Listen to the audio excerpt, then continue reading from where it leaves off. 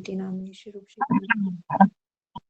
रघुनाशी जी गोपाल भट्टदास रघुनाथ इच्छे गोसाई कर चरणानंदनी आये थे विघ्नाश विष्णु श्री कृष्ण चैतन्य प्रभु नित्यानंद श्री द्वारकाधीश साधि गौर भक्तवृंद हरे कृष्ण कृष्ण कृष्ण हरे हरे हरे राम राम राम हरे हरे हरे कृष्ण कृष्ण कृष्ण हरे हरे हरे राम राम राम हरे।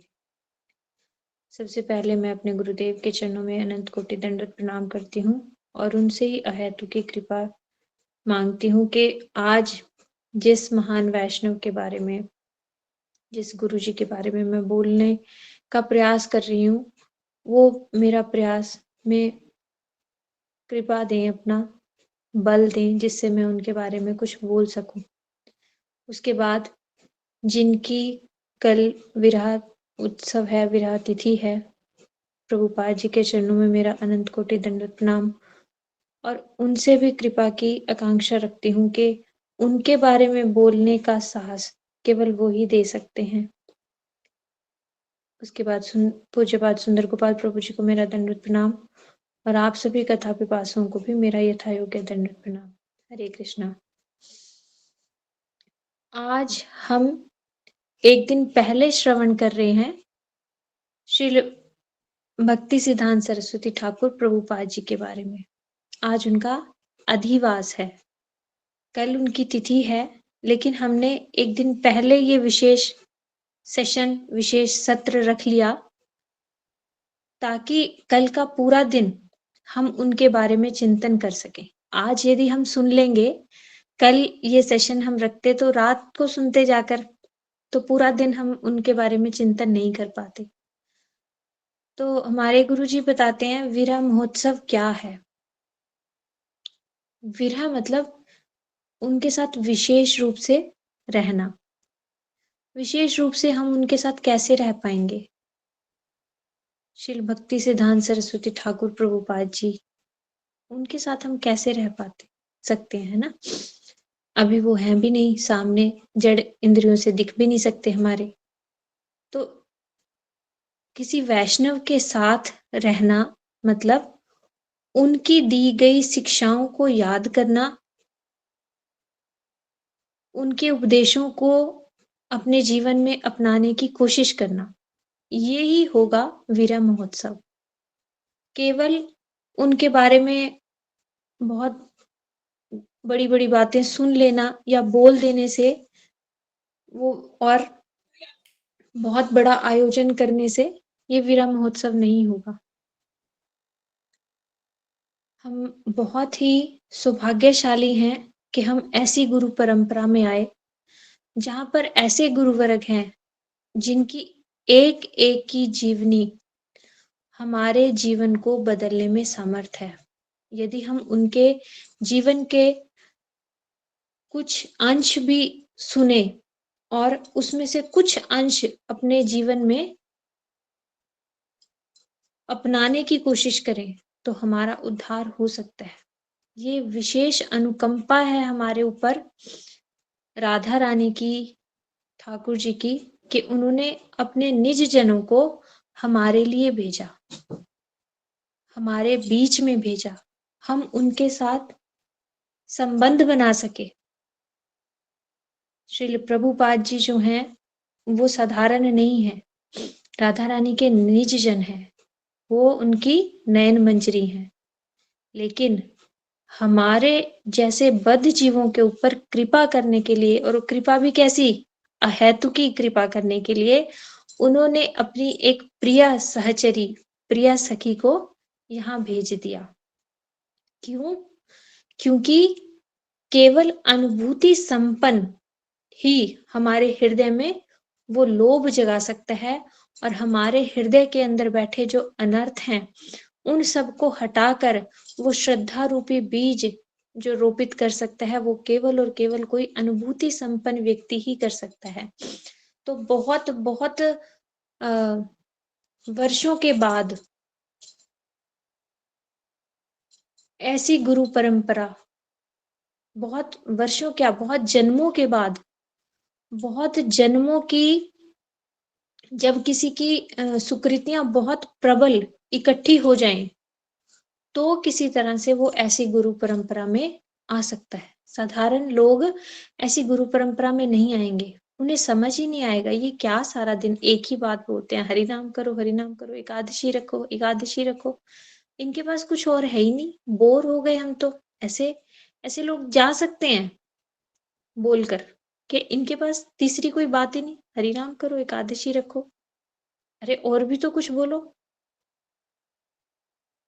लेकिन जिसकी बहुत सारी सुकृतियां इकट्ठी हो रखी होंगी, वो आकर यहाँ पर बैठेगा, वो पूछेगा कि आप हरिनाम करो कह रहे हैं, कैसे हरिनाम करें, और हरिनाम कर रहे हैं तो उसमें रस क्यों नहीं आ रहा, ये प्रोसेस क्या है, कैसे हमारे गुरुवर्गों ने हरिनाम किया, हमें कैसे करना है। वो सब प्रश्न उसके हृदय में आएंगे और उत्कंठा सहित तो वो आगे बढ़ता चला जाएगा। तो आज हम ऐसे ही महानुभाव श्री भक्ति सिद्धांत सरस्वती ठाकुर प्रभुपाद जी के बारे में कुछ श्रवण करने जा रहे हैं।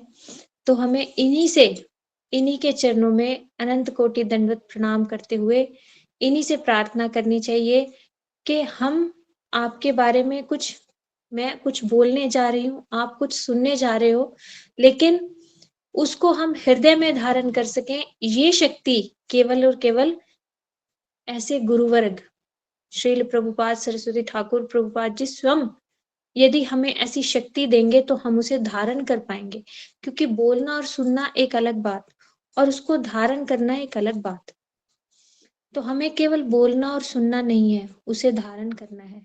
और वो केवल और केवल गुरु वर्ग की कृपा से, गुरु वैष्णवों की कृपा से ही होगा हमारे जीवन में, हम उनका कुछ अपने हृदय में धारण कर सके जो हम सुन रहे हैं।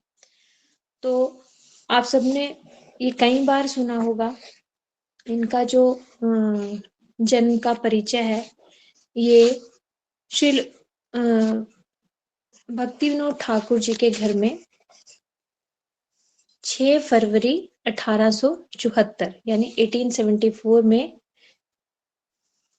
दिन के 3:30 बजे इन्होंने एक बहुत सुंदर बालक रूप में जन्म लिया। इस जन्म से पहले ऐसा हुआ, श्री भक्ति विनोद ठाकुर जो इनके पिताजी हैं, उन्होंने बहुत सारे ग्रंथ लिखे, बहुत ग्रंथ उन्होंने बंगला भाषा से हिंदी में लिखे, संस्कृत से बंगला में लिखे, ऐसे बहुत सारे ग्रंथों पर काम किया। और उनके हृदय में एक दिन बात आई कि मैंने इतने सारे ग्रंथ लिख दिए हैं, लेकिन ये सारे ग्रंथ जन जन तक पहुंचाएगा कौन? मेरी अभी इतनी आयु शेष नहीं रह गई कि मैं इन ग्रंथों का लोगों तक पहुंचा भी सकूं। तो यही अपने मन में दुख मनाते हुए, राधा रानी से प्रार्थना करते हुए इन्होंने कहा कि राधा रानी आप कृपा कीजिए, कुछ ऐसा कीजिए जिससे ये जो ग्रंथ लिखे हैं ये जन जन तक पहुंच सके।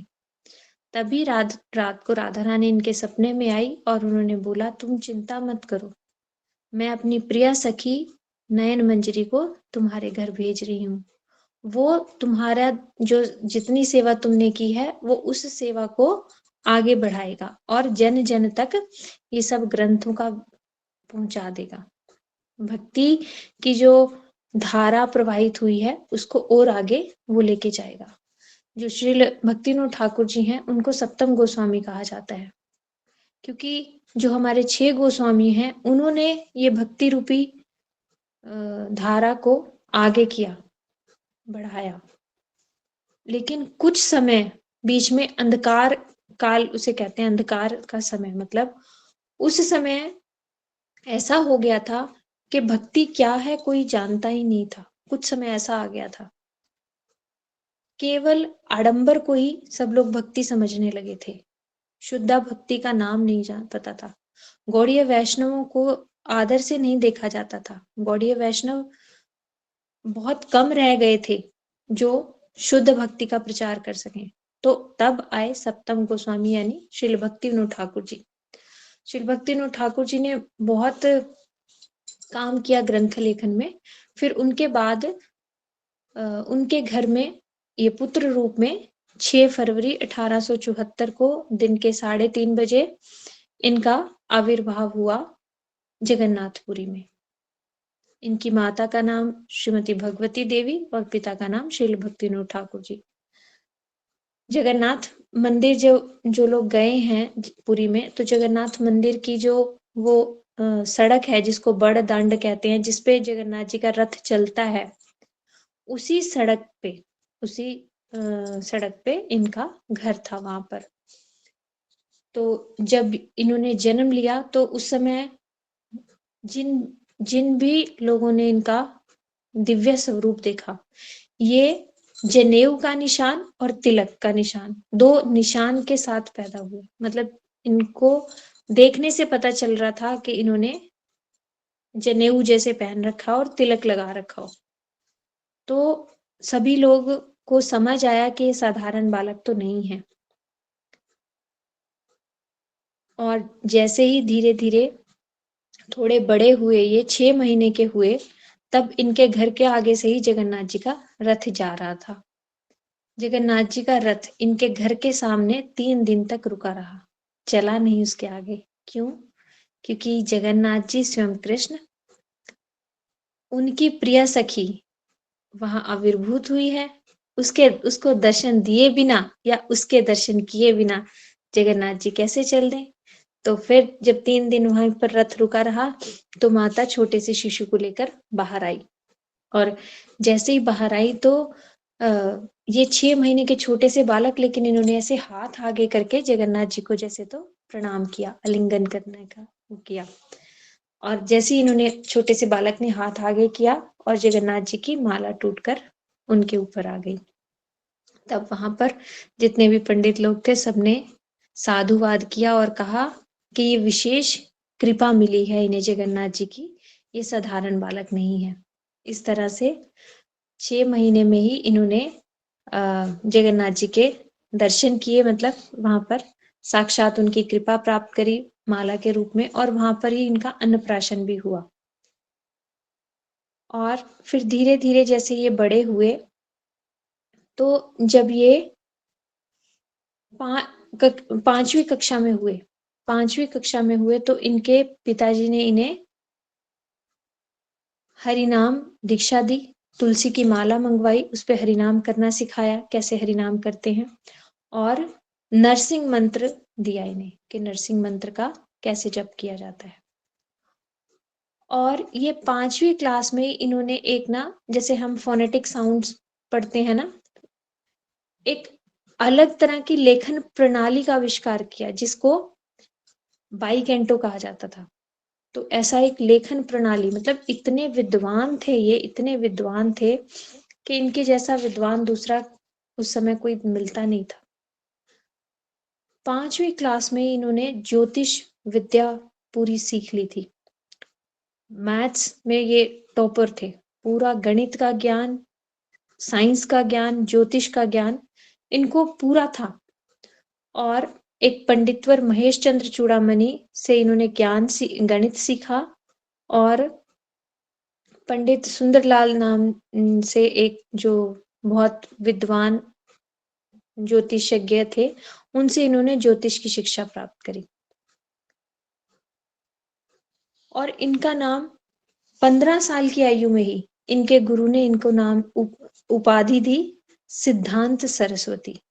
सिद्धांत सरस्वती, इनकी अपूर्व प्रतिभा देखकर इनका सिद्धांत सरस्वती नाम की उपाधि दी। मतलब जो सरस्वती देवी होती हैं, सरस्वती देवी मतलब विद्या की देवी, तो विद्या की देवी की इनके ऊपर अपूर्व कृपा है, और ये पूरे सिद्धांतों में सब में निपुण है। तो सिद्धांत सरस्वती नाम से इनको उपाधि दी। और इनको कहीं कहीं इनको श्री वृषभानवी दैत दास भी कहा जाता है, मतलब राधा रानी की दासी। इन्होंने अपना परिचय वृषभानवी दैत दास भी बोला है।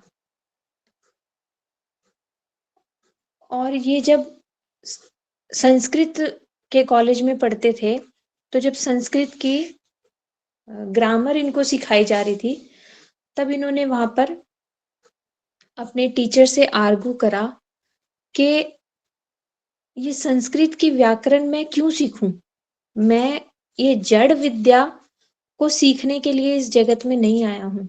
यहाँ पर मैं क्यों अपना समय संस्कृत पढ़ने, ये सब संसार की नॉलेज में मैं क्यों दूं? क्यों नहीं इस कॉलेजेस में कुछ भगवत संबंधी अध्ययन करवाया जाता? चैतन्य चरितामृत क्यों नहीं पढ़ाई जाती? यहाँ पर केवल और केवल संसार की मटेरियलिस्टिक नॉलेजेस को वही क्यों दी जाती है? तो एक बार ये किसी कॉलेज का उद्घाटन करने गए थे, तो वहां पर इन्होंने पराविद्या और अपराविद्या पे बहुत अच्छी तरह से समझाया था। पराविद्या और अपराविद्या मतलब एक ऐसी विद्या जो भगवान से मिलाए और एक ऐसी विद्या जो भगवान से दूर ले जाए। तो जितनी भी ये मटेरियलिस्टिक नॉलेज है, ये अपराविद्या है, ये हमें भगवान से दूर ले जाती है। हमें केवल एक तरह की नॉलेज गेन करना ही अपने जीवन का ध्येय नहीं बनाना चाहिए।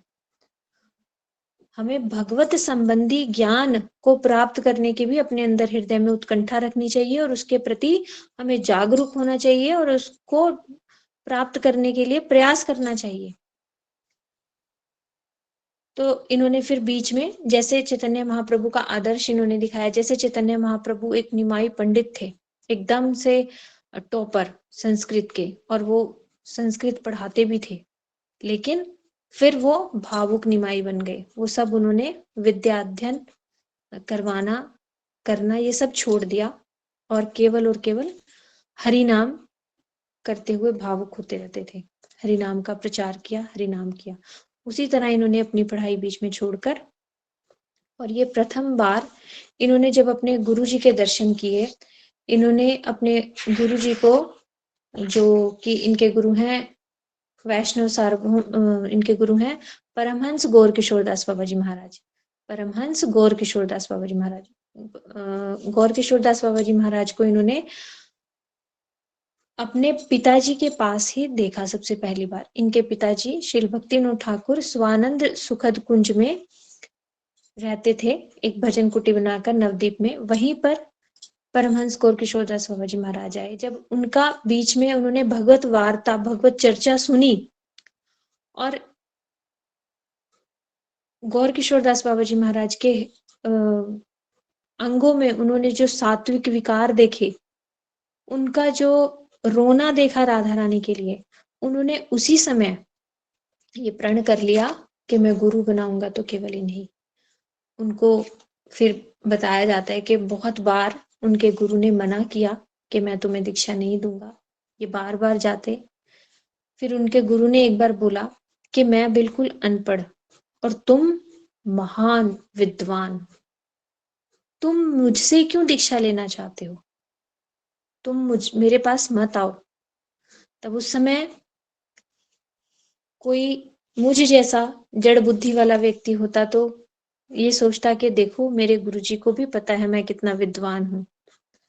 लेकिन प्रभुपाद जी के क्या विचार थे? प्रभुपाद जी ने बोला कि आज मुझे पता चला मेरे गुरुदेव ने मेरी ये जड़ीय विद्या के कारण मेरी वंचना कर दी। जो ये मेरे अंदर संसार की इतनी नॉलेज भरी हुई है, इसी के कारण मेरी वंचना कर दी कि तुम इतने ज्ञानी हो, इतने विद्वान हो, तो तुम मुझसे क्यों दीक्षा लोगे? लेकिन ये गुरु और शिष्य का नित्य संबंध होता है।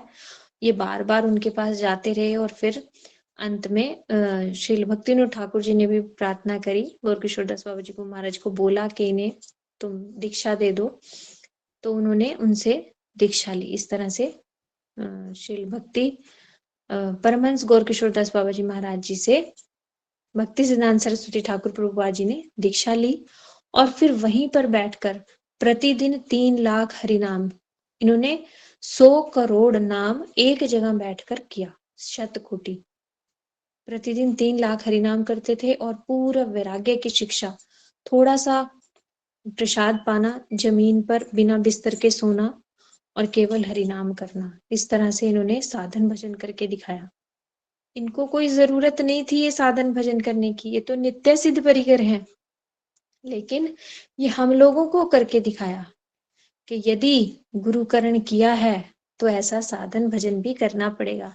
केवल गुरु से कान में मंत्र फुकवाने से दीक्षा हो गई? नहीं, उसको ये साधन कर करके वो जो दिव्य ज्ञान गुरु जी ने दिया है, उसको कैसे कहते हैं, रगड़ रगड़ कर उसको चमकाना, उसको प्रकाशित करना उस दिव्य ज्ञान को।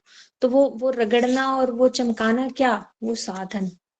यदि हम ऐसा कठोर साधन भजन नहीं करेंगे तो दीक्षा हुई ही नहीं। दीक्षा मतलब क्या? दिव्य ज्ञान। दिव्य ज्ञान मतलब क्या? जो भगवान से संबंधित ज्ञान है, भगवान का स्वरूप प्रकाशित होना, स्वयं का स्वरूप प्रकाशित होना, ये दिव्य ज्ञान हुआ। तो क्या दीक्षा प्राप्त कर लेने से हमारे अंदर कुछ ऐसा प्रकाशित हुआ है? नहीं हुआ, तो हमारी दीक्षा अभी हुई ही नहीं। ऐसा साधन भजन करने के लिए अपने आप को तैयार करो, अपने आप को प्रोत्साहित करो कि हमारे गुरुवर्ग ने कौन सा रास्ता दिखाया है। 3 लाख हरिनाम प्रतिदिन करना। 3 लाख नहीं, कम से कम 1 लाख हरिनाम पे तो हम सब पहुंचे। क्यों? क्योंकि ये तो चैतन्य महाप्रभु ने भी बोला अपने मुख से कि मैं केवल लखपति के हाथ से ही भोजन ग्रहण करता हूं। तो महाप्रभु की भी डायरेक्ट आदेश है, जिसे कहा जाता है। कोई आपके सामने भगवान आकर बोले, हम चाहते हैं ना कि भगवान हमें कुछ सेवा दें और हम करें उसे। हमारा यही सबका अंदर मन में इच्छा रहती है कि भगवान सामने आए और मुझे बोले मेरे लिए ये कर दे, मैं वो करूं। तो ये भगवान ने डायरेक्ट आदेश दिया है, लखपति बनो सब के सब। 1 लाख हरिनाम तो करना ही चाहिए। फिर आगे इन्होंने उसके बाद फिर प्रचार शुरू किया। इन्होंने अपने गुरुदेव के अप्रकट होने के बाद गुरुजी का चित्रपट रखकर और ठाकुर जी के विग्रह के सामने संन्यास ग्रहण किया। इसका बहुत सारा अपवाद भी फैलता है। बहुत सारे लोग इसको गलत उसमें भी देखते हैं कि प्रभुपाद जी ने तो स्वयं संन्यास लिया था, हम भी स्वयं ऐसे संन्यास ले सकते हैं। नहीं, इसमें योग्यता का विचार करना चाहिए। प्रभुपाद जी की योग्यता और अपनी योग्यता हमेशा ध्यान रखना चाहिए। प्रभुपाद जी की दीक्षा हो चुकी थी, संन्यास सब हो चुका था, उनके गुरु और उनका नित्य संबंध है। वो अपने गुरुदेव की चित्रपट को भी साक्षात गुरु जी की तरह ही देखते हैं। हमारे अंदर भी ये सब भाव नहीं है। हमें ये लगता है कि हाँ, गुरु जी तो अभी है ही नहीं, गुरु जी तो चले गए। लेकिन जो गुरु और शिष्य का नित्य संबंध होता है, वो एक सदगुरु और सद शिष्य के बीच में ही हो सकता है। अभी हम वैसे शिष्य बने नहीं कि हम अपना डायरेक्ट मतलब नित्य संबंध हम समझ सकें। अभी हमें उसके लिए साधन भजन बहुत करना पड़ेगा। तो इसलिए उनकी इस बात को हमें गलत उसमें देखना नहीं, सुनना नहीं। क्यों? क्योंकि वो उनका लेवल अलग है। तो उन्होंने इस तरह से संन्यास लिया, त्रिदंड संन्यास लिया और फिर प्रचार करने के लिए निकले। उनके गुरुजी का जैसे परमहंस वैष्णव वेश था, पहले प्रभुपाद जी भी ऐसे परमहंस वैष्णव वेश में रहते थे। परमहंस वैष्णव वेश कैसा होता है कि शरीर पे कपड़ा है नहीं है कोई फर्क नहीं, सफेद कपड़ा है, लंगोटी है, कुछ भी है, उसमें प्रॉपर एक रूल्स रेगुलेशंस नहीं होते। क्यों? क्योंकि अब आप परम हंस बन चुके हो। परम हंस का मतलब क्या है? जैसे हंस होता है ना, दूध और पानी को अलग कर देता है, ऐसे ही आपको भी समझ आ चुका है सार क्या है, असार क्या है। सार मतलब आपको आपके लिए क्या जरूरी है, क्या नहीं जरूरी, क्या ये संसार क्या है, ये असार है, और भगवान क्या है, वो सार वस्तु है। तो वो समझ चुके हैं कि केवल और केवल भगवान ही सार वस्तु है, तो सार ग्रही बन जाते हैं वो परमहंस। इसलिए उनको परमहंस बाबा जी कहा जाता है कि अब उनके लिए रूल्स रेगुलेशंस की कोई जरूरत नहीं। जैसे हम लोग अभी साधन शुरू करने वाले हैं, तो हमारे लिए रूल्स रेगुलेशन की बहुत जरूरत है। तो फिर उन्होंने प्रभुपाद जी जो है वो निज जन है, वो परमहंस से भी ऊपर की अवस्था उनकी, लेकिन फिर भी उन्होंने हमारे लिए आदर्श दिखाने के लिए प्रॉपर एक संन्यास वेश धारण किया, त्रिदंड संन्यास। त्रिदंड का मतलब क्या? उसमें तीन दंड होते हैं और उसको कपड़े में लपेट कर ऐसे हमेशा वो हाथ में रखते हैं। तो इसका मतलब मन, वचन और कर्म, मन वचन और कर्म से अब मैं ठाकुर जी को समर्पित हूँ, पूर्ण समर्पित हूँ। ये बात को याद रखने के लिए वो अपने हाथ में दंड धारण करते हैं। इसे कहते हैं त्रिदंड सन्यासी। हमारे वैष्णव परंपरा में त्रिदंड सन्यासी ही होते हैं।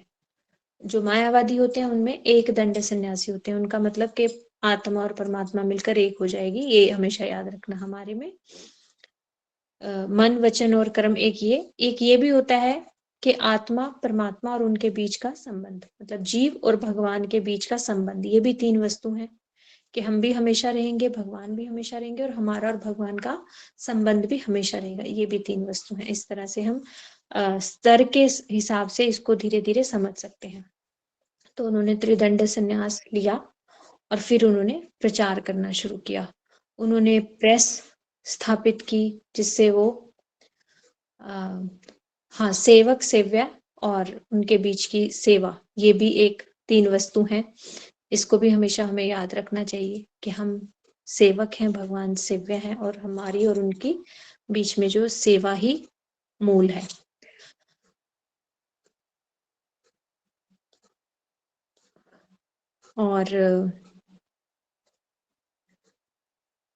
और फिर आगे उन्होंने बताया चैतन्य महाप्रभु ने की वाणी का उन्होंने प्रचार करना शुरू किया। एक बार उनको कासिम बाजार से कोई निमंत्रण आया, वहां पर बहुत बड़ी वैष्णव सभा लगी थी, वहां पर बहुत बड़ी वैष्णव सभा लगी थी और उसमें मायावादी विचारों की ही व्याख्या हो रही थी और प्रभुपाद जी को बुलाया गया था बोलने के लिए, लेकिन उनको समय नहीं दिया। तो वहां पर उन्होंने क्या किया, जब बोलने के लिए उन्हें समय ही नहीं मिला तो वहां का उन्होंने अन्न भी ग्रहण नहीं किया। वो 3 या 4 दिन तक उपवास करते रहे। बोले मैं जो वस्तु देने आया हूं पहले आप लोगों को वो दे दूं, फिर ही आपसे कुछ ग्रहण कर सकता हूं। जब मुझे वो वस्तु देने का समय नहीं मिला तो मैं आपसे ग्रहण कैसे करूं। तो उन्होंने अन्न वहां पर नहीं खाया और वहां से चले गए। उन्होंने विदेश में भी प्रचार करवाया। फिर धीरे धीरे जैसे ही उन्होंने फिर वो गए रामानुजा संप्रदाय में, साउथ में जो है श्री रामानुजा संप्रदाय से वो सारे ग्रंथ लाए जिसमें वैष्णवों से संबंधित रूल्स रेगुलेशन लिखे हैं। वो सारे ग्रंथों को उन्होंने अपने यहाँ पर लेकर आए और उससे वैष्णवों के नियम बनाए कि किस तरह से सन्यासी को रहना चाहिए, किस तरह से ब्रह्मचारी को रहना चाहिए, किस तरह से ठाकुर जी की आरती पूजा विग्रह इन सब का भोग कर, आरती पूजा ये सब करना चाहिए। ये सब रूल्स रेगुलेशन बनाए उन्होंने और मठों की स्थापना करी। सबसे पहला मठ उन्होंने बनाया कलकत्ता में, चैतन्य गौड़िया मठ। ये हमारा मूल मठ है। कलकत्ता में उसकी स्थापना करी और उसके बाद फिर धीरे धीरे पूरे भारत में बहुत सारे मठों की स्थापना करी। तो श्री भक्ति सिद्धांत सरस्वती ठाकुर प्रभुपाद जी के हैं तो हमें चिर ऋणी हैं हम लोग। क्यों? यदि ये नहीं आते तो हम में से कोई भी भक्ति में इस समय यहाँ पर होता नहीं। क्यों नहीं होते? क्योंकि इनसे पहले के जो हमारे गुरुवर्ग हुए हैं वो भजनानंदी थे। भजनानंदी मतलब वो केवल अपना भजन करते थे, कहीं किसी पेड़ के नीचे रहकर जंगल में। तो हम ऐसे भजनानंदी साधुओं के पास कैसे पहुंचते? ये तो श्रील प्रभु भक्ति सिद्धांत सरस्वती ठाकुर प्रभुपाद जी की अहेतु की कृपा है कि इन्होंने मठ मंदिर बना दिए जहां पर कुछ ब्रह्मचारी हैं, कुछ वैष्णव हैं और वहां से उन्होंने प्रचार कार्य आरंभ किया। अब प्रचार करते करते साधु हमारे घर तक पहुंचे हैं। हम साधुओं को नहीं गए ढूंढने, साधुओं ने हमारे ऊपर कृपा की, हमें ढूंढ लिया और हमें ये भक्ति का ज्ञान दिया, भक्ति का रास्ता दिखाया। तो ये जो प्रचार की पद्धति है, ये श्रील भक्ति सिद्धांत सरस्वती ठाकुर प्रभुपाद जी से शुरू हुई। इससे पहले हमारे गुरुवर्ग प्रचार कार्य नहीं करते थे, मठ मंदिर नहीं बनाते थे। इन्होंने बताया किस तरह से ठाकुर जी का विग्रह है, उसका मंदिर कहाँ बनेगा, किस तरह से ब्रह्मचारियों का आश्रम बनेगा, किस तरह से रसोई बनेगी, किस तरह से मंदिर का कीर्तन का हॉल बनेगा, ये सब इन्होंने बताया, मंदिर बनाया। और उसमें प्रभुपाद जी का जो शेड्यूल उन्होंने तैयार किया ना मठ का, यदि हम वो शेड्यूल अपना लें तो हमारे जीवन में भक्ति राज्य में हम बहुत ज्यादा अग्रसर होते हैं। क्यों? क्योंकि संसार करने का समय ही नहीं मिलेगा। सबसे पहले मंगला आरती, मंगला आरती के बाद फिर नाम जप, नाम जप के बाद फिर हरि कथा, हरि कथा के बाद फिर प्रसाद, प्रसाद के बाद फिर ठाकुर जी के दोपहर का ठाकुर जी का श्रृंगार, फिर ठाकुर जी प्रसाद से हाँ फिर ठाकुर जी का श्रृंगार, फिर ठाकुर जी का दोपहर का भोजन, वो भोग, फिर भोग आरती, फिर शाम फिर अपना नाम जप, फिर संध्या आरती, फिर संध्या आरती के बाद फिर से हरि कथा। इस तरह से जो इतना टाइट शेड्यूल उन्होंने बनाया, बीच में हमें ठाकुर जी के लिए बाजार से कुछ प्रसाद की व्यवस्था करने के लिए जाना पड़ेगा, कुछ खरीदने के लिए, मंदिर साफ करना पड़ेगा, ये सब देखना पड़ेगा।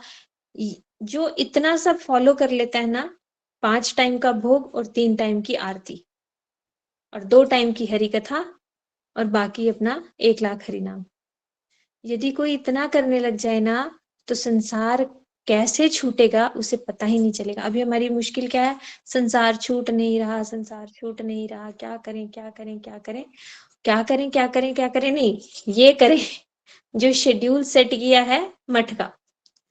मठ में जैसे दिनचर्या है वैसी दिनचर्या हमें जहां पर भी है हम उसको फॉलो करने की आवश्यकता है। हम वैसा करने लगेंगे तो संसार अपने आप कहीं का कहीं चला जाएगा, पता भी नहीं चलेगा। तो इस तरह से कुछ और इनकी जो जन्म संबंधी घटनाएं हैं, जीवनी है, वो हम आगे सुनेंगे। हमारी हरिप्रिया दीदी हैं, वो एक बहुत सुंदर भजन सुनाएंगी और कुछ और उनकी जीवनी के बारे में सुनाएंगी। इनकी एक पुस्तक है श्रील प्रभुपाद जी उपदेशामृत। आप लोगों को से मेरा अनुरोध है कि ये आप जरूर खरीदिए जहां से भी मिल सकती है। इसमें क्या है? प्रश्न उत्तर है। श्रील प्रभुपाद जी से जिसने कोई प्रश्न पूछा है, प्रभुपाद जी ने उसका क्या आंसर दिया है, वो प्रश्न उत्तर है। और ये सारे प्रश्न उत्तर किसी और के नहीं, ये सारे हमारे ही होते हैं। तो इसलिए ये इसमें से हम 1-2 प्रश्न उत्तर पढ़ लेते हैं जो हमारे लिए लाभकारी होंगे। तो किसी ने पूछा प्रभुपाद जी से, क्या भगवान पर पूर्ण रूप से विश्वास न कर पाने के कारण ही हमारा अमंगल हो रहा है? अभी हमारा मंगल नहीं दिखाई दे रहा। भगवान तो मंगल भवन अमंगल हारी है। अमंगल हट जाता है भगवान का नाम करने से, भगवान के साथ जुड़ने से, तो हमारा अमंगल अभी दिख रहा है, हमारा मंगल तो दिखाई दे नहीं रहा। ऐसा ऐसा क्या गलती है हमारी? तो किसी ने पूछा क्या भगवान पर हमारा पूर्ण विश्वास नहीं है इसलिए? तो फिर उन्होंने उत्तर दिया, जहां पर मंगलमय भगवान के प्रति विश्वास ही नहीं है, वहां पर मंगल कैसे हो सकता है? अतः हमें अश्रोत पथ को त्याग कर श्रोत पथ को ग्रहण करना चाहिए। श्रोत पथ होता है जो हम अपने गुरु परंपरा के अनुसार गुरु वर्ग से सुने, उस पे एज इट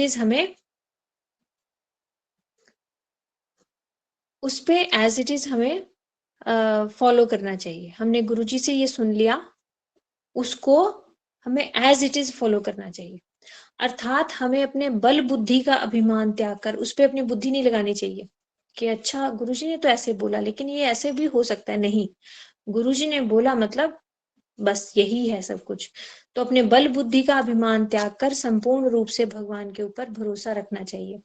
यदि हम वास्तव में अपना आत्म कल्याण चाहते हैं तो हमें अभी तक संचित अपने समस्त विषयों को संपूर्ण रूप से निष्काम भाव से भगवान के श्री चरण कमलों में समर्पण करना होगा और भगवान की अहेतु की कृपा की आशा रखनी होगी, क्योंकि उनकी कृपा के बिना हमारा लेश मात्र भी उद्धार होना असंभव है। परंतु यदि हमें भगवान की दयालुता और मंगलदाता है भगवान, इस बात पे पूर्ण विश्वास ही नहीं है, तो हम अपना सर्वस्व इन्हें निसंकोच रूप से समर्पित ही नहीं कर सकते। क्योंकि समर्पण कब आएगा? समर्पण हम उसी को कर सकते हैं जिस पे हमें भरोसा हो। यदि हम कुएं में गिरे हुए हैं और बाहर से एक बच्चा रस्सी डाल के हमें कह रहा है मैं खींच लूंगा, आप पकड़ो इस रस्सी को, क्या आप पकड़ोगे? क्यों? क्योंकि आपको भरोसा ही नहीं है, वो छोटा बच्चा आपको कैसे खींचेगा। और वही यदि आपको दिख रहा है वो हाँ पूरा हट्टा कट्टा बड़ा नवयुवक है, एकदम ताकत वाला, वो आपको खींच लेगा, तो आप उसको पकड़ के समर्पित हो जाओगे कि हाँ पकड़ लिया रस्सी, अब खींच ले, फिर आप अपना वो नहीं लगाओगे ना। तो समर्पण किसके ऊपर होता है? जब हमें पता चले सामने वाला समर्थ है। तो जब तक हमें भगवान की दयालुता और मंगलदाता के रूप में भगवान का हमें नहीं समझ आता, तब तक हम उनके ऊपर समर्पित ही नहीं हो सकते। ऐसी अवस्था में समर्पण करते समय हमारे हृदय में ऐसा विचार आएगा, यदि मैंने अपना सर्वस्व भगवान के लिए समर्पित कर दिया तो अंत में मुझे विपत्ति में पड़ना पड़ेगा। यदि भगवान ने हमें नहीं देखा तो मेरा क्या होगा? मेरा तो ये भी चला जाएगा। परंतु वास्तव में ऐसे संदेह जो है ना आधारहीन है, इनका कोई आधार ही नहीं है। ऐसे संदेह हृदय में उत्पन्न होने पर जीव का अमंगल ही अमंगल है। भगवान कभी भी अपने शरणागत भक्त को अपूर्ण मनोरथ नहीं करते। अपने समस्त अभावों को पूर्ण करने में तथा हमें संपूर्ण रूप से आश्रय प्रदान करने में केवल भगवान ही समर्थ है, दूसरा कोई नहीं। ऐसा सुदृढ़ विश्वास होने पर जीव निर्भय, निश्चिंत और सुखी हो सकता है। क्योंकि भगवान की दया कैसी है? अमंदो दया, मतलब जिसका कभी अमंगल नहीं होगा। जीव का कैसा अमंगल होता है, इसे भाषा के द्वारा प्रकट नहीं किया जा सकता। हमारा मंगल कैसा होगा ये हम शब्दों के द्वारा नहीं प्रकट कर सकते। भगवान की कृपा होने पर, निरंतर उनकी सेवा करने पर सेवा की आशा नहीं मिटती। सर्वदा ऐसा अनुभव होगा कि मैं कुछ सेवा कर ही नहीं पाया, हाय हाय मेरे भगवान के प्रति मेरी लेश मात्र भी प्रीति नहीं है। यदि भक्ति बढ़ रही होगी तो सेवा वृत्ति बढ़ रही होगी और ऐसा भाव आएगा कि मैं ही सेवा नहीं कर रहा, बाकी सब सेवा कर रहे हैं। अभी यदि ये भाव आ रहा है कि हाँ मैं भी कुछ सेवा कर रहा हूं, तो समझो सेवा वृत्ति आई ही नहीं। इस प्रकार की एक अमूल्य अतृप्ति नामक संपत्ति प्राप्त होगी। अतृप्ति, क्योंकि जहां तृप्ति हो गई ना वहां फिर सेवा और बढ़ेगी नहीं ना। सेचुरेशन पॉइंट कभी आता ही नहीं। गोपियों जैसी सेवा कोई कर सकता है क्या? और गोपियां क्या कहती हैं? हमने तो कभी कुछ किया ही नहीं भगवान के लिए। वही हमारी आइडल है ना। उनके अंदर जैसी अतृप्ति है वैसी ही अतृप्ति भक्तों के अंदर भी आनी चाहिए, यदि हम भगवान की सेवा वृत्ति चाहते हैं तो, भगवान के प्रति अपने हृदय में सेवा वृत्ति चाहते हैं तो इस प्रकार की अमूल्य अतृप्ति नामक संपत्ति प्राप्त होगी। उस समय भगवान के नाम रूप गुण और लीलाओं का अनुशीलन स्वाभाविक रूप में होने लगेगा। ऐसी अवस्था में उसे विषय की लेश मात्र की भी चिंता नहीं रहेगी, फिर संसार याद ही नहीं आएगा। केवल और केवल भगवान का नाम रूप गुण लीला ये सब याद आएंगी। भगवान का स्वभाव है कि वे किसी को भी निराश नहीं करते। वे ही वास्तव में कृतज्ञ हैं। कृतज्ञ कोई है तो केवल और केवल भगवान। इस संसार में हम कह देते हैं आप तो बड़े कृतज्ञ हो, आप बड़ा वो मानते हो। कृतज्ञ मतलब एहसान को मानना, लेकिन इस संसार में कोई भी कृतज्ञ नहीं है। आप कुछ करोगे तो उतना कर देंगे और फिर भूल भी जाएंगे, लेकिन भगवान कभी भूलते नहीं। सही मायने में कोई कृतज्ञ है तो वो भगवान है। भगवान समर्थ हैं, महाकृपालु हैं। यदि कोई लेश मात्र उनकी सेवा करता है तो वे कदापि नहीं भूलते। जीव के पास स्वतंत्रता नामक एक अमूल्य रत्न है, परंतु वह स्वतंत्रता भगवान के अधीन है। जब हम इस विचार का उल्लंघन करते हैं तथा स्वतंत्रता का दुरुपयोग करते हैं, तभी हमारा सर्वनाश होता है। जागतिक लोग कदापि हमारे अभावों को पूर्ण नहीं कर सकते और न ही हमारी समस्याओं को दूर कर सकते। इसलिए गीता में सर्वेश्वर भगवान के श्री चरणों में संपूर्ण रूप से शरणागत होने को कहा गया है। श्री कृष्ण ही वे भगवत वस्तु हैं, अर्थात श्री कृष्ण ही भगवत वस्तु हैं, अर्थात वे ही स्वयं भगवान हैं। उनके श्री चरणों में शरणागत होना जीव का एकमात्र कर्तव्य है। उनके श्री चरणों में समर्पित होने से ही जीवन के सभी उद्देश्य तथा कर्तव्य अकर्तव्य विचार साधित हो जाते हैं। अतः नाना प्रकार की विघ्न बाधाओं तथा नाना प्रकार के अनर्थों की अवस्था में किस प्रकार आत्मसमर्पण किया जा सकता है, यह आलोचना का विषय है। मतलब समर्पण भी हमारे स्तर के हिसाब से होगा। हमारा समर्पण कुछ और होगा, गुरु वर्ग का समर्पण कुछ और होगा। तो जिस स्तर पे हैं हम, उसी स्तर पे उतना ही हमारा आत्मसमर्पण होगा। ये एक आलोचना का विषय है, लेकिन समर्पण तो करना ही पड़ेगा, समर्पण से ही उद्धार होगा, ये फिक्स है। ये एब्सोल्यूट ट्रुथ जिसको कहते हैं वो है। एक और प्रश्न है, ये भी हमारा ही है। ग्राम्य कथा करने तथा सुनने से क्या अमंगल होता है और भक्ति नष्ट होती है? ये हमारी सबकी बीमारी है। ग्राम्य कथा के बिना संसार कैसा? संसार है तो संसार की बातें हैं, तो ग्राम्य कथा से क्या नुकसान होता है, ये कैसे समझाया है श्रील प्रभुपाद जी ने। उन्होंने बोला है, ग्राम्य कथा ना सुनिबे, ग्राम्य वार्ता ना कहिबे, भाल ना खाइबे और भाल ना करिबे। ये रघुनाथ दास गोस्वामी जी को चैतन्य महाप्रभु ने आदेश दिया था। ये इसी को कोट करते हुए श्रील प्रभुपाद जी बता रहे हैं। तो महाप्रभु उत्तर देते हुए कह रहे हैं, तुम कभी भी ग्राम्य वार्ता अर्थात कृष्ण सेवा के अतिरिक्त किसी भी प्रकार की चर्चा मत करना और न ही सुनना। इस प्रकार से महाप्रभु ने रघुनाथ जी को लक्ष्य कर भगवत भजन और श्रद्धा और रुचि युक्त साधकों के लिए यह उपदेश दिया था। बोल रहे हैं, अधिक खाने से अपनी ही हानि होती है, दूसरे का कुछ नहीं बिगड़ता। पेट खराब हो जाता है अधिक खाने से, और दूसरे व्यक्ति के भजन में भी बाधा नहीं पहुंचती। यदि हम अधिक खाएंगे तो किसी दूसरे का नुकसान नहीं होगा, खुद का ही होगा ना। क्योंकि यदि कोई व्यक्ति अच्छे कपड़े पहनता है तो उसका उद्देश्य दूसरे व्यक्ति होते हैं। और कह रहे हैं अधिक खाने से तो केवल अपना नुकसान होता है, और अच्छे कपड़े पहनने से दूसरे का नुकसान होता है, क्योंकि वो आपको बार बार देखेगा, उसका मन चंचल होगा। दूसरे के लिए पहनने का क्या तात्पर्य? दूसरे की आंखों और मन को भजन से दूर करना ही हमारा उनका उद्देश्य होता है। अच्छे कपड़े पहनना मतलब दूसरों को दिखाना ना। तो दूसरे देखेंगे, उनका मन चंचल होगा, वो भक्ति से दूर होंगे, तो मतलब दूसरों के अमंगल करने के लिए तुमने कुछ ऐसा काम कर दिया। तो कह रहे हैं जिह्वा की लालसा भी अच्छी नहीं है, इससे भी भक्ति की हानि होती है। यह भी महाप्रभु की वाणी है। ग्राम्य वार्ता सुनने से जितनी हानि होती है, उतनी अच्छा खाने या अच्छा पहनने से नहीं होती। सबसे ज्यादा हानि किससे होती है? ग्राम्य वार्ता करने से। बोले ग्राम्य वार्ता एक वैश्य के समान है। ग्राम्य वार्ता एक राधे वैश्य के राधे समान प्रभु है। जी।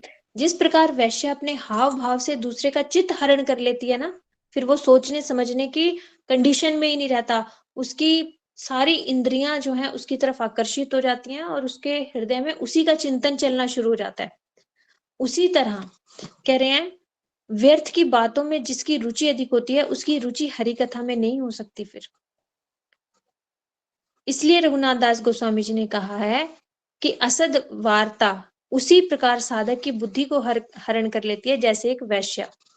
यदि 5 लोग एक साथ मिलकर ग्राम्य वार्ता अवश्य ही होगी, तो मिलेंगे तो ग्राम्य वार्ता अवश्य ही होगी। इसलिए सदा सर्वदा भक्तों को भगवत कथाओं की आलोचना करनी चाहिए, क्योंकि निरंतर हरि कथा की आलोचना होने पर ऐसे असद वार्ता के लिए समय ही नहीं होगा। जो भजन करना चाहते हैं उन्हें कभी भी असद वार्ताओं को नहीं सुनना चाहिए, ना ही बोलना चाहिए। इसके अतिरिक्त अच्छा खाना और अच्छा पहनना भी नहीं चाहिए। लेकिन फिर भी अच्छा खाना और अच्छा पहनना भी हरि भजन से दूर कर देता है। लेकिन ग्राम्य कथा और बोलने से तो साधक का हरि भजन बहुत दूर हो जाता है, और कभी कभी तो हरि भजन से छुट्टी ही हो जाती है। ग्राम्य कथा से तो हरि भजन की छुट्टी ही हो जाती है, मतलब बिल्कुल ही पतन हो जाता है, फिर हरि भजन छूट ही जाता है। इसलिए भजन के इच्छुक व्यक्तियों को इन विषयों में सावधान रहना चाहिए, नहीं तो अमंगल निश्चित है। ये बहुत अच्छा ग्रंथ है, आप लोग जरूर इसे पढ़िएगा। बहुत साधारण भाषा में, हिंदी भाषा में प्रश्न उत्तर हैं प्रभुपाद जी के द्वारा दिए गए। तो आज मैं अपनी वाणी को यहीं पर विराम देती हूँ।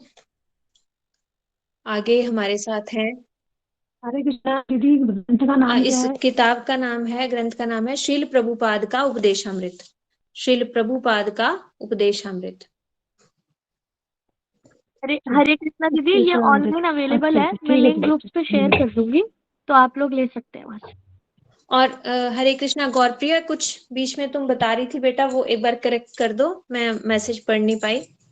मैया पूज्यपाद सिद्धांति महाराज जी ने अभी कथा में चैतन्य चरितामृत में यही बताया था कि जो त्रिदंड संन्यास है उसका अर्थ है, उन्होंने हमें ऐसे याद करवाया था, BMW। बी मतलब अच्छा। बॉडी, माइंड और वर्ड्स, वाक्य, मन वचन, वाणी, मन हाँ, वाणी और शरीर। शरीर। क्योंकि अच्छा। शरीर से ही कर्म होंगे तो कर्म तो उसी में आ गया, हाँ, तो ऐसे। और सेवक, सेव्य और सेवा। सेवा। हाँ, हाँ, ये तो ये आप तीन। याद रखो। देखो कितनी अच्छी बात बच्ची ने बताई है। BMW, body mind and word, मतलब वाणी। ठीक है, ये त्रिदंड संन्यास है कि हमने अपना शरीर, मन और वचन तीनों भगवान में लगा दिए। हरे कृष्णा। वांछा। हरे कृष्ण माता जी। हाँ जी प्रभु जी, किसी का कुछ प्रश्न है क्या? दीदी ये उपदेशामृत एक ही अभी पुस्तक जो है ना, और इसके अतिरिक्त किसी और की पुस्तक नहीं है ना गवर्नमेंट में? नहीं, उपदेशामृत है एक दूसरे, ये प्रभुपाद जी की उपदेशामृत है। श्री वो श्री वो प्रभुपाद। रूप गोस्वामी जी का उपदेशामृत रूप है। गोस्वामी आज जी। ठीक है हाँ जी। दीदी, दो है, दो हो गए। ओके दीदी, हरि बोल।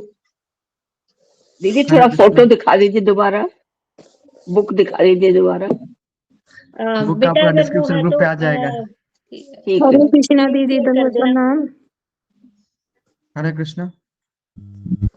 दीदी ठीक है। हरे कृष्ण।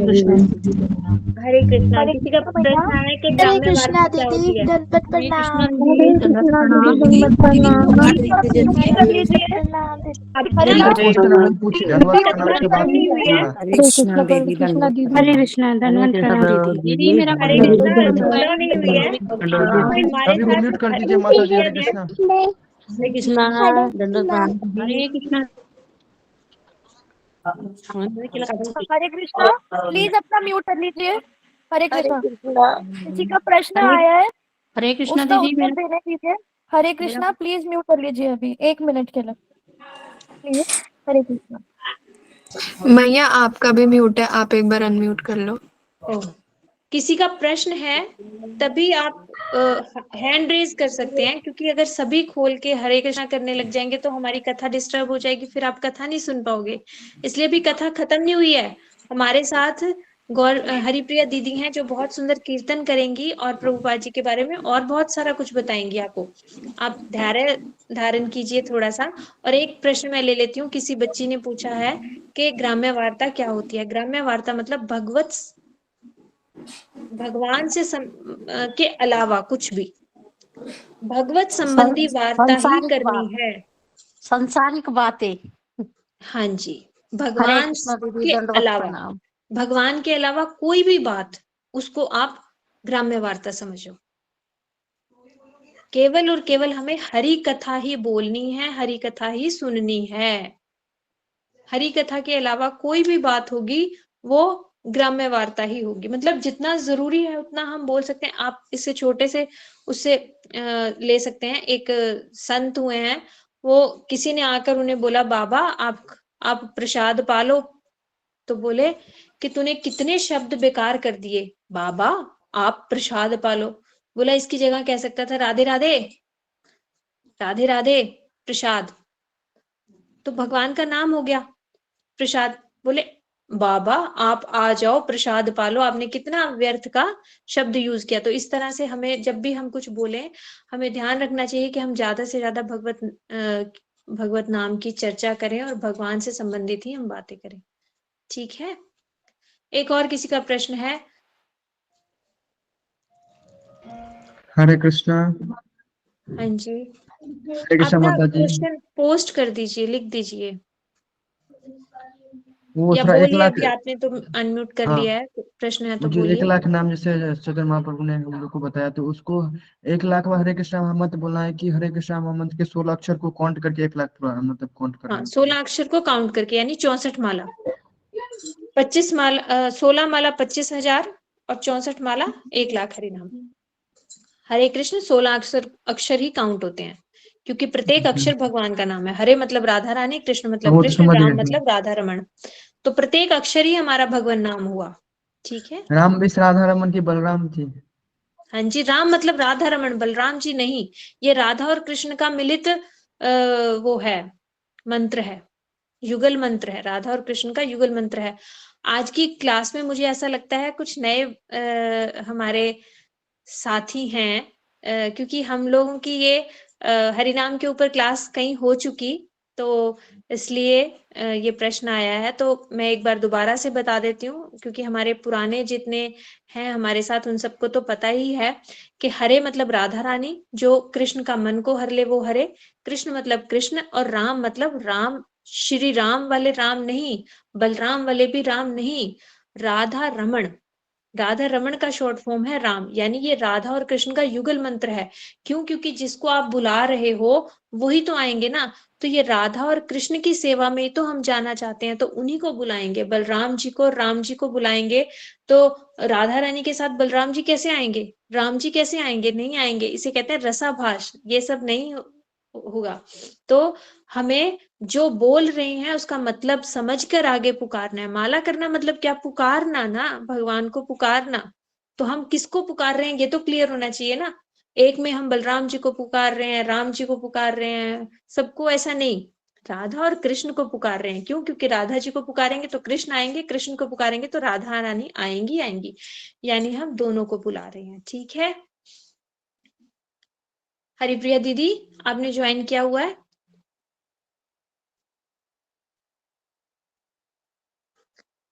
भक्तिनोद ठाकुर जी की भजन कुटी थी, स्वानंद सुखद कुंज, ये वहां पर गोद्रुम द्वीप में, नवद्वीप में।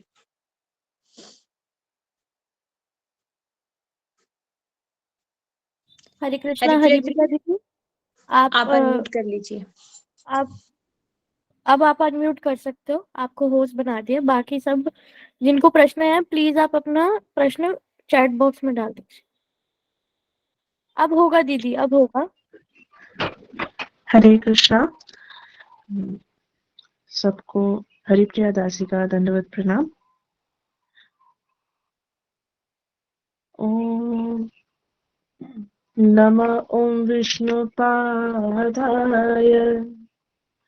श्रीमाधव प्रियाय च भक्ति प्रसाद विष्णवे श्रीमते यतये नमः।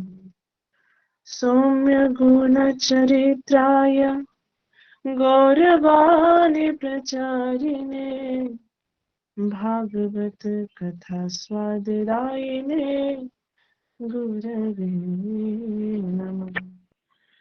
मनोज्ञाय कृतज्ञाय सद्धर्मशास्त्र संविदि श्री राधा श्रील गोविंद प्राणाय प्रभवे नमः।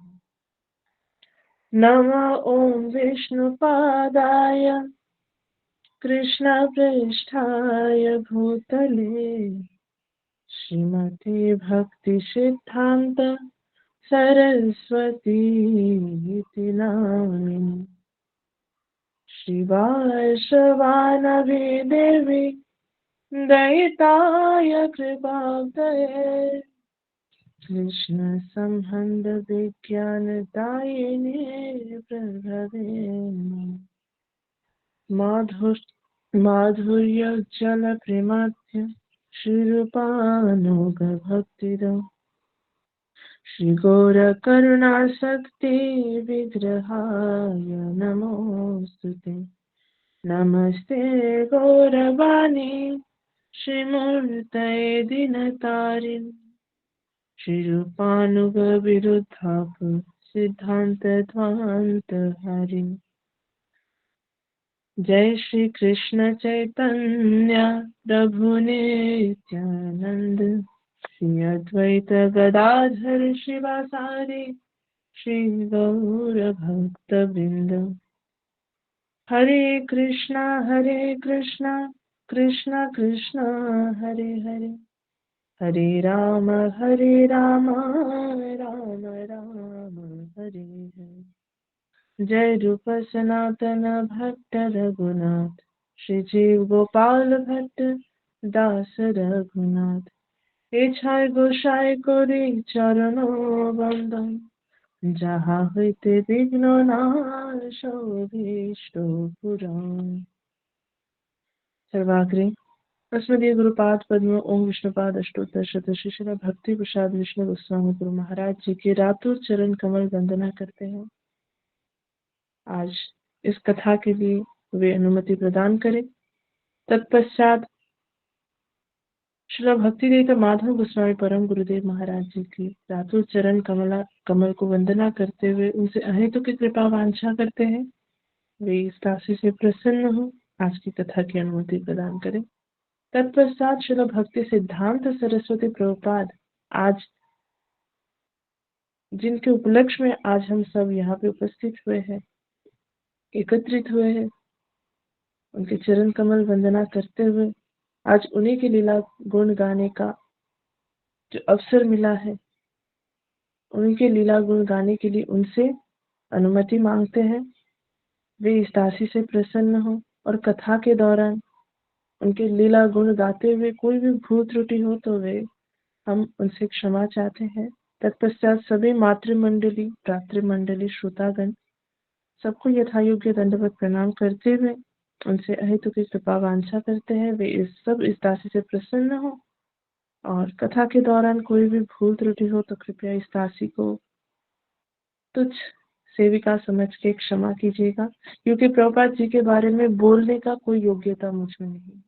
प्रभुपाद जी कौन है? जैसे मैया ने बताया, नयन मणि मंजरी, जो नित्य धाम में श्रीमती राधा रानी की सेवा में नियुक्त है। और कहते हैं राधा रानी के जो सेविका गण है, उनके से जो सेविका गण है वे उनकी शक्तियों से भिन्न नहीं है, अभिन्न है। जितनी शक्ति हमारी श्रीमती राधा रानी में है उन्हीं का प्रकाश होते हैं हमारे मंजरीगण, और श्रीमती राधा रानी का प्रकाश स्वरूप होते हैं हमारे गुरुवर्गण। तो उनके बारे में बोलने की कोई योग्यता मुझ में नहीं है, फिर भी प्रयास करते हैं उनके बारे में कुछ शब्द हम कह पाए। प्रभुपाद जी का नाम पहले बचपन में क्या था? विमला प्रसाद। क्यों? हम साधारण रूप से जानते हैं कि विमला प्रसाद का अर्थ क्या है। प्रभुपाद जी का जब अन्नप्राशन हुआ था तो विमला देवी के जो प्रसाद है उसी को पाके उनका अन्नप्राशन हुआ था। अब प्रश्न आ सकता है, तो वहां पे तो बहुत सारे देवी देवता है, भगवान जगन्नाथ स्वयं है, डायरेक्ट उनका प्रसाद क्यों नहीं लिया? तो एक यहाँ पे एक छोटी सी लीला आती है, मैं बहुत शॉर्ट में बताऊंगी। नारद मुनि जब एक बार वैकुंठ में गए थे तो भगवान तब प्रसाद पा रहे थे, तो नारद मुनि के मन में इच्छा हुआ कि भगवान का थोड़ा सा प्रसाद वे पा ले। तो बहुत अनुनय विनय करने के बाद मैया हमारी लक्ष्मी माता को मनाए, लक्ष्मी मैया मान गई, तो बहुत कठिनाई के बाद थोड़ा सा प्रसाद उनको मिला। नारद जी उनको पाके बहुत संतुष्ट हो गए। अब उनकी जो छोटी उंगली है ना, दाएं हाथ की जो छोटी उंगली है, उस उंगली के नाखून में थोड़ा सा लगा हुआ था। नाचते नाचते वो पहुंचे कहाँ? भगवान शिव शंकर के पास। भगवान शिव शंकर कौन है? वैष्णवानम यथाश्रम। भगवान शिव परम श्रेष्ठ वैष्णव है। तो अब भगवान शिव बोलते, आप इतने क्यों नाच रहे हो, क्या हुआ, इतना खुश क्यों? तब बोलते कि हमें भगवान का प्रसाद मिला है। शिव जी अब वो प्रसाद मांगते हैं, नाखून में जितना लगा हुआ था वही प्रसाद उनको देते हैं। अब तब तुरंत माता पार्वती जिनका नाम विमला है। माता विमला देवी आती है और बोलते हैं, प्रभु आपने अकेले प्रसाद पा लिया, आपका आधा हिस्सा मुझे मिलना चाहिए, मैं आपकी अर्धांगिनी हूँ, आधा हिस्सा तो मुझे मिलना ही चाहिए, आपने मुझे नहीं दिया। तो इस बात से बहुत क्रोधित हो गए। तब भगवान विष्णु वहां पे आते हैं और कहते हैं, कली युग में क्षेत्रपुरी में, क्षेत्र नीलाचल क्षेत्र में जब मैं जगन्नाथ रूप में आऊंगा, तब मेरा प्रसाद सबसे पहले आप ही के पास पहुंचेगा। मेरा भोग होगा तो वो प्रसाद कहलाएगा, आप प्रसाद लोगे, वही प्रसाद को ग्रहण करोगे तो वो महाप्रसाद कहलाएगा। तो उसी महाप्रसाद को पाके हमारे विमला प्रसाद जी का अन्नप्राशन हुआ था, तो इसीलिए उनका नाम विमला प्रसाद रखा है। ये हम साधारण रूप से जानते हैं, पर विमला प्रसाद का वास्तविक भावार्थ क्या है? एक शब्द का अर्थ और भावार्थ होता है। तो इस नाम का भावार्थ क्या है? विमला देवी कौन है? विमला देवी जैसे भगवान शिव शंकर वैष्णवानम यथाशंभु श्रेष्ठ वैष्णव है, विमला देवी श्रेष्ठ वैष्णवी है। उसी वैष्णवी का प्रसाद स्वरूप है हमारे प्रभुपाद। भक्ति की देवी रूपी विमला देवी जो है, उन्हीं का प्रसाद यानी भक्ति का प्रसाद रूपी है हमारे प्रभुपाद जी। तो इसीलिए उनका ये विमला प्रसाद का नाम का जो भावार्थ है वो ये है। प्रभुपाद जी ने बहुत ही कम उम्र में, जैसे माता ने बताया कि जगन्नाथ जी का उनको रथ में रथ यात्रा के समय में जगन्नाथ जी का आशीर्वाद उनको किस तरह से प्राप्त हुआ, तो प्रभुपाद जी का ऐसी बहुत सुंदर सुंदर स्टोरीज है, बहुत सुंदर सुंदर लीलाएं हैं। बहुत ही कम समय में प्रभुपाद जी ने भगवत गीता, श्रीमद् भागवतम सब कंठस्थ कर लिए। एक दिन प्रभुपाद जी तब हमारे विमला प्रसाद बालक रूप में थे। बालकों को आम बहुत प्रिय होता है, तो हमारे भक्ति विनोद ठाकुर आम लेके आए, तो विमला प्रसाद जी ने तुरंत आम को उठा के खाने ही लगे। तब भक्ति विनोद ठाकुर कहते हैं, रुको, क्या तुमने ये भगवान को अर्पित किया? नहीं किया तो तुम पाप खा रहे हो, ये उचित नहीं है। ये शब्द सुनने के बाद प्रभुपाद जी को इतना बुरा लगा, प्रभुपाद जी ने आजीवन काल में कभी आम का ग्रहण नहीं किया। जो फलों के राजा होते हैं, जिसका ऑलमोस्ट सभी जिस फल पे दुर्बल होते हैं, सबको आम प्रिय है ज्यादा से ज्यादा, पर उसी फल को उन्होंने त्याग दिया। क्यों? क्योंकि उन्होंने एक बार वो गलती करी थी, आम के ऊपर दुर्बल होके, उनको ये दुर्बलता दोबारा ना हो जाए। तो जिंदगी भर उन्होंने कभी आम का आस्वाद ग्रहण नहीं किया। तो प्रभुपाद जी यहाँ पे सिखाते हैं कि निश्चय कितना दृढ़ होना चाहिए। इतने कम उम्र में, प्रभुपाद जी तब 5 साल के थे, उन्होंने ये निश्चय किया और उसको जिंदगी भर उन्होंने वहन किया उनका उसका। भक्ति में दृढ़ निश्चय होना बहुत आवश्यक है, तभी हमारी भक्ति आगे बढ़ सकती है। भक्ति आगे बढ़ते हैं अगर हम दृढ़ निश्चय होते कि हमें ये करना ही है, हमें दिन में इतना माला जप करना है, हमें भगवान के लिए ये कार्य करना है, तभी हम भक्ति में आगे बढ़ सकते हैं। कभी कभार भक्तों को भक्ति में आते हुए ये लगता है कि भगवान नहीं है, कहाँ है भगवान। और जो लोग नहीं भक्ति में नहीं होते, उनको तो यही लगता है कि भगवान होते कहाँ हैं। तो प्रभुपाद जी जब बांग्लादेश में गए थे, तो वहां पे ऐसे ही किसी ने पूछ लिया, आपकी आज मुझे भगवान देखना ही है, आप स्वामी जी आप मुझे भगवान दिखाइए। तो प्रभुपाद जी कहते हैं कि भगवान तो ऐसे नहीं दिखते। बोले नहीं, अगर आप भगवान नहीं दिखा सकते मतलब भगवान नहीं है। तो प्रभुपाद जी क्या करते हैं, ठीक है, क्योंकि हमारे जो त्रिकाल वंदना होता है, सुबह को, दोपहर को, शाम को जो वंदनाएं होते हैं, उससे पहले एक नियम है कि हमें शुद्ध अवस्था में वो वंदना करनी चाहिए, गायत्री जो हमारे गुरुदेव हमें देते हैं। तो प्रभुपाद जी क्या करते थे, शाम को वे सामने एक नदी था, वहां पे नहाने जाते थे।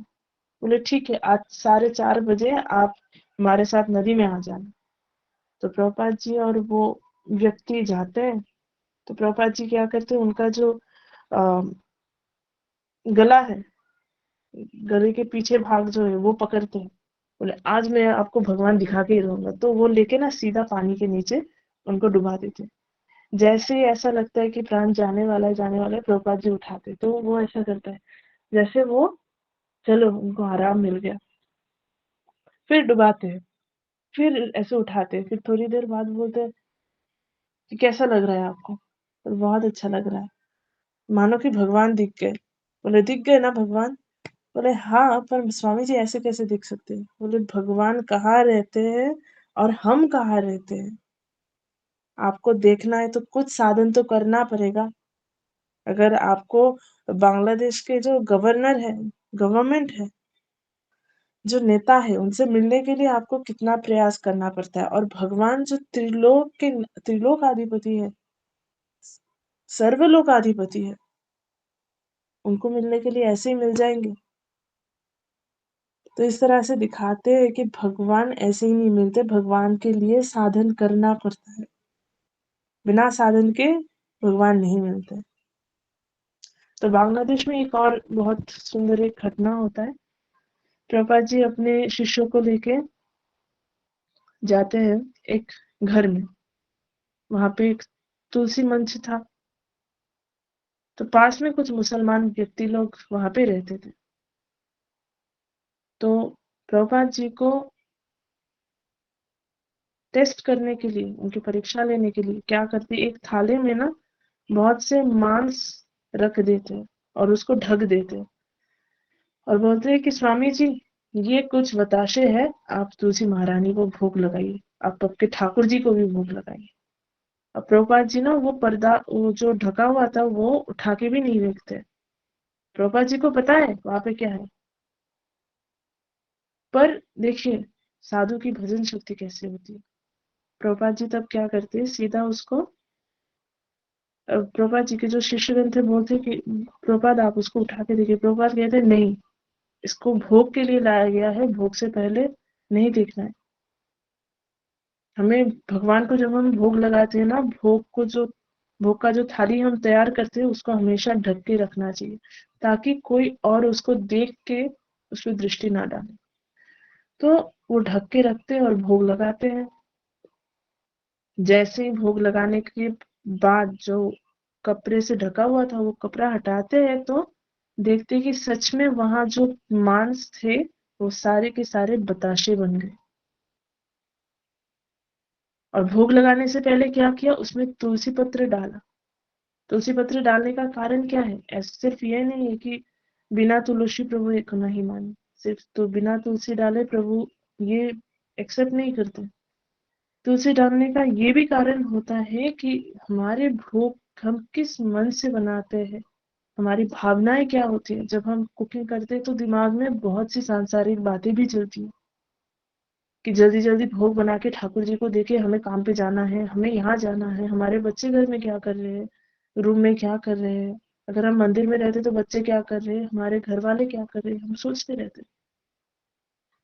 तो भगवान की जब हम सेवा करते हैं, सिर्फ भगवान के बारे में सोचना चाहिए। इसीलिए ताकि वो सारी अपवित्रताएं, वो सारी चिंताएं जो हम करते हैं, उसका भी प्रभाव भगवान के भोग पे ना पड़े, इसीलिए तुलसी पत्र डाला जाता है ताकि वो शुद्ध बन जाए। तो जैसे ही प्रभुपाद जी उस कपड़े को हटाते हैं तो सब देखते हैं कि वहां पे बताशे है। सब जो मुसलमान लोग वहां पे ये सब उन्होंने किया था, वो भी देख के हैरान हो जाते हैं कि ये कैसे साधु है, ये कैसे साधु है जो मांस को बताशे में कन्वर्ट कर दिया। तो ये है हमारे प्रभुपाद जी का भजन का पावर। कुछ दूसरे संप्रदाय के लोग, जो दूसरे संप्रदाय में नहीं, जो श्यामानंद आचार्य जी के गुरु शिष्य अनुगत्य में है, जो गदाधर पंडित जी के गुरु शिष्य अनुगत्य में है, वो सब पूछते हैं कि आपके गौर कृष्णदास बाबा जी महाराज ने तो क्या कहा था, जिनको अल्प बुद्धि होती है, अल्प ज्ञान होता है प्रभुपाद जी के बारे में, तो वो कहते हैं कि गौर कृष्णदास बाबा जी महाराज ने तो पूर्ण रूप से मना कर दिया था कि कोई शिष्य बनाना नहीं है, क्योंकि वे स्वयं बनाना नहीं चाहते।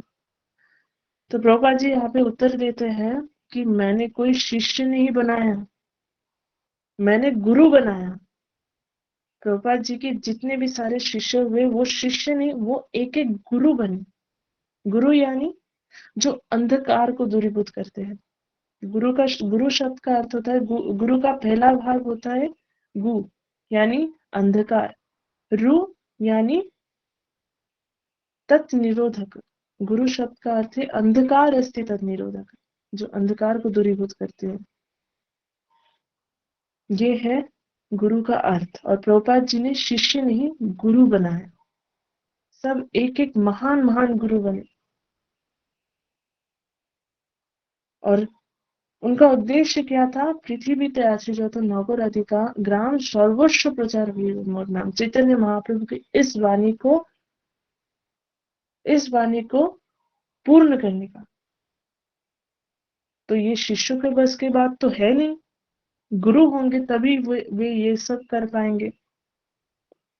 तो प्रभुपाद जी ने शिष्य नहीं, सबको गुरु बनाया, एक एक गुरु बनाए। और प्रभुपाद जी ने कितने मठ स्थापना की? 64 मठों का स्थापना प्रभुपाद जी ने की। हमें से बहुत से लोग ऐसे कहते हैं ना, वृंदावन यहाँ से बहुत दूर है, नवद्वीप धाम यहाँ से बहुत दूर है, सब जा नहीं पाते। प्रभुपाद जी ने उन सब के लिए एक एक गौरीय मठ स्थापना किया। और गौरीय मठ क्या है? जहाँ पे भगवान है वहां पे सारे तीर्थों का वास है। और सारे तीर्थों का वास कहाँ है? वृंदावन और नवद्वीप धाम में सारे तीर्थों का वास है।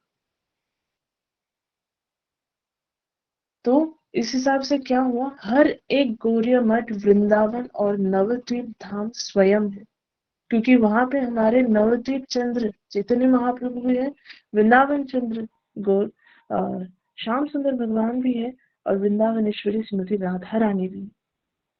और साथ ही साथ वहां पे पूरा गौरीय संप्रदाय भी होते हैं, हमारे गौरीय आचार्य गण भी वहां पे उपस्थित होते हैं।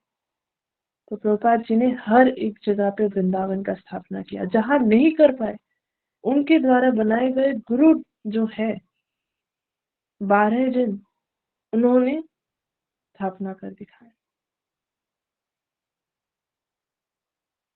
तो ये यहाँ पे हमें क्या शिक्षा मिलती है?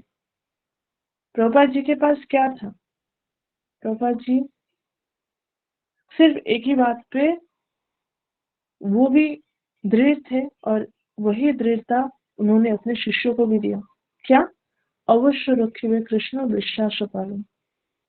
जब उन्होंने संन्यास लिया था, मैया ने क्या बताया कि तब गौर कृष्णदास बाबा जी महाराज नित्य लीला में प्रवेश कर चुके थे। तो प्रभुपाद जी कहते हैं कि क्या करेंगे, कैसे हम चैतन्य महाप्रभु की वाणी को प्रचार करेंगे? तब उनको सपने में उनके गुरुदेव आके कहते हैं, चैतन्य महाप्रभु आके कहते हैं कि तुम्हें 12 जन भेज रहा हूं, वो तुम्हारे साथ, वो तुम्हारे शिष्य बन के चैतन्य महाप्रभु की वाणी को प्रचार करेंगे। तो भगवान के ऊपर विश्वास रख के उन्होंने ये किया। अवश्य रखिबे कृष्ण विश्वास पालन। अगर हम विश्वास रखेंगे तो भगवान अवश्य रक्षा करेंगे। तो यहीं पे मैं अपनी वाणी को बहुत विश्राम देती हूँ। मैंने बहुत ज्यादा टाइम ले लिया। एक छोटा सा कीर्तन के साथ हम कथा को एंड करेंगे। ये कीर्तन लिखा गया है श्रीला भक्तिवेदांत स्वामी महाराज के द्वारा, उनकी 62 आविर्भाव तिथि। तो आइए श्रवण करते हैं। तो इसका इंग्लिश वर्जन जो प्रभुपाद स्वामी महाराज जी ने लिखा था वो है my Lord and master his divine grace, जिनका बंगला में अनुवाद उन्हीं के शिष्य, प्रिय शिष्य श्रील भक्तिचारू स्वामी महाराज जी ने किया है। आइए सब उसका आनंद उठाते।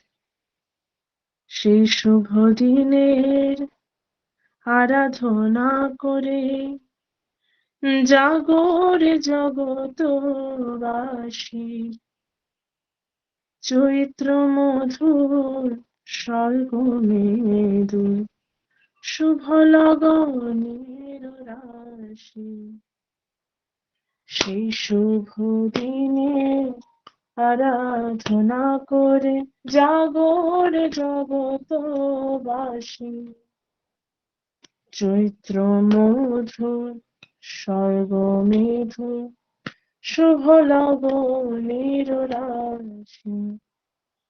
যেদিন আমার হৃদয়ের রাজ গুরুদেব মহারাজ ভূত পরিধামে প্রকাশিয়া আপনি হরে পৃথিবীর ত্রাস।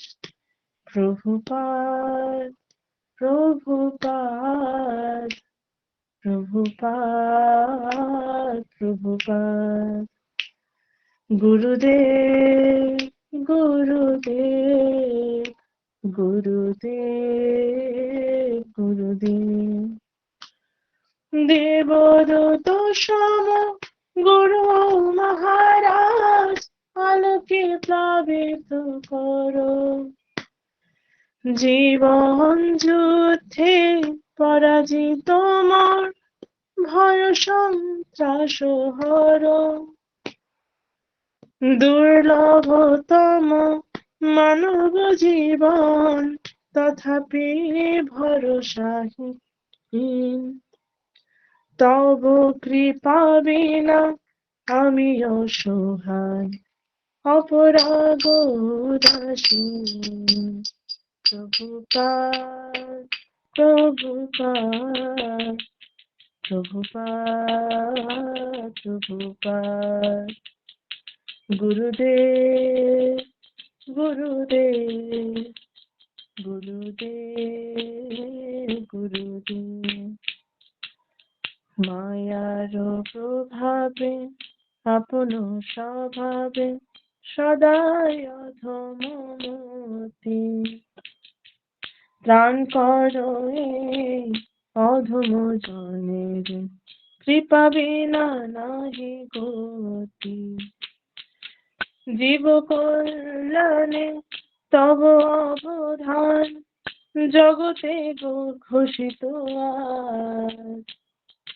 তব শ্রী চরণ আমার জীবন গুরুদেব মহারাজ।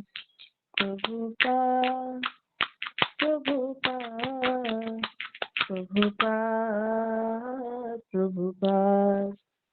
গুরুদেব গুরুদেব গুরুদেব গুরুদেব। কৃষ্ণকে ভুলে মায়ার কবলে ক্লেশ পায় অধিরত, মরুভূমি মাঝে মৃগ তৃষা সম প্রলোভন করে হত। বিভীষিকা ভরা অন্ধ তিমির আমারি শাসমণি। মম আশাস গুরু মহারাজ তব শ্রী মুখের বাণী।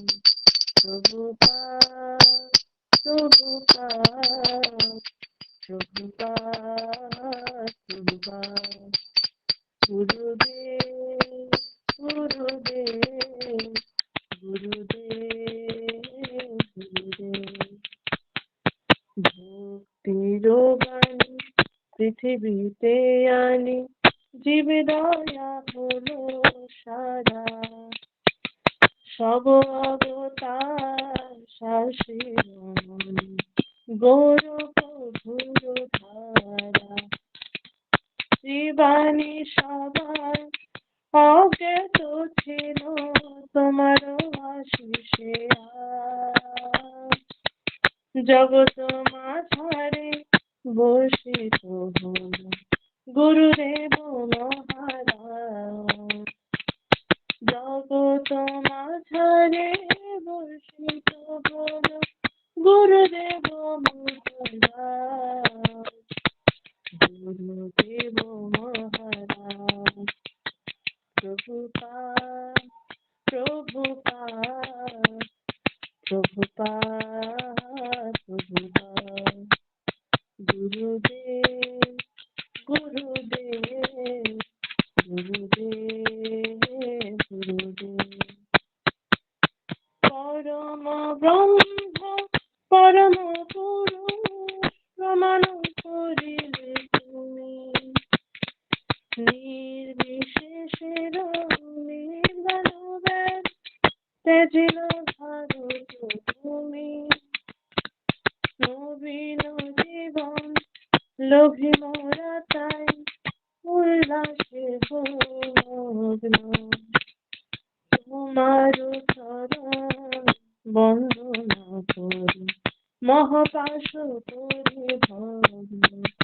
প্রভুপাদ প্রভুপাদ প্রভুপাদ প্রভুপাদ। গুরুদেব গুরুদেব গুরুদেব গুরুদেব। তুমি যদি আর প্রকাশনা হইতে অন্ধ তিমির হানি, দৃপ্ত কণ্ঠে কে শোনাত তব শ্রী ভগবানের বাণী। সেই অধিকার শুধু তোমারে সাথে, দণ্ড তোমারি হাতে। কৃপা করিয়ে অধম জনের নিয়ে চলো তব সাথে। প্রভুপাদ প্রভুপাদ প্রভুপাদ প্রভুপাদ। গুরুদেব গুরুদেব গুরুদেব গুরুদেব। তুমি যে দেখালে ভক্তির পথ, তুলনা তো তার নাই। শিশিরের মতো উজ্জ্বল আর উচ্ছল তার ঠাই। চির পুরাতন শাশ্বত বাণী নবীন সাজেতে রাজে। তোমার কৃপায় প্রকাশ স্বরূপে সারা জগতের মাঝে। তোমার কৃপায় প্রকাশ স্বরূপে, তোমার কৃপায় প্রকাশ স্বরূপে সারা জগতের মাঝে। সারা জগতের মাঝে। সেই শুভ দিনে আরাধনা করে যাব জগৎবাসী। মধু স্বর্গমেধু শুভ লগনের রাশি। প্রভুপাদ প্রভুপাদ প্রভুপাদ প্রভুপাদ। গুরুদেব গুরুদেব গুরুদেব গুরুদেব। জয় জয় প্রভুপাদ প্রভুপাদ প্রভুপাদ। জয় জয় প্রভুপাদ। জয় জয় গুরুদেব গুরুদেব গুরুদেব। জয় জয় গুরুদেব। নিতাই গৌর হরি बोल हरि बोल हरि बोल हरि बोल। हरे कृष्ण। हरे कृष्णा दीदी, बहुत बहुत सुंदर। आपने तो Thank आनंद you. ही आ गया, आपकी तो इतनी सुंदर कीर्तन और इतनी सुंदर कथा से आपने हमें लाभान्वित किया। थैंक यू वेरी मच दीदी। हरे कृष्णा। थैंक यू आप सबको भी, क्योंकि मुझे इतना सुंदर अवसर देने के लिए। Thank you. हरे कृष्ण। जी दीदी बताइए। कुछ लोग हैंड रेज करे हुए हैं, तो कुछ क्वेश्चन होंगे शायद। हाँ, 1 मिनट, मुझे ना दीदी यहाँ से सेटिंग ऑन है कि कोई अनम्यूट जी। नहीं कर सकता। 1 सेकंड, जिनका ठीक। हैंड रेज है ना। हरे कृष्णा, साक्षी दीदी, अब आप अनम्यूट कर सकते हैं, बताइए। हरे कृष्णा, सॉरी वो गलती से हैंड रेज हो गया था, मेरे को पता नहीं लगा। कोई बात नहीं, कोई बात नहीं। हरे कृष्णा, हरे कृष्णा। सरिता दीदी, अब आप अनम्यूट कर सकते हैं, बताइए। हरे कृष्णा, सरिता दीदी, आपका हैंड रेज है।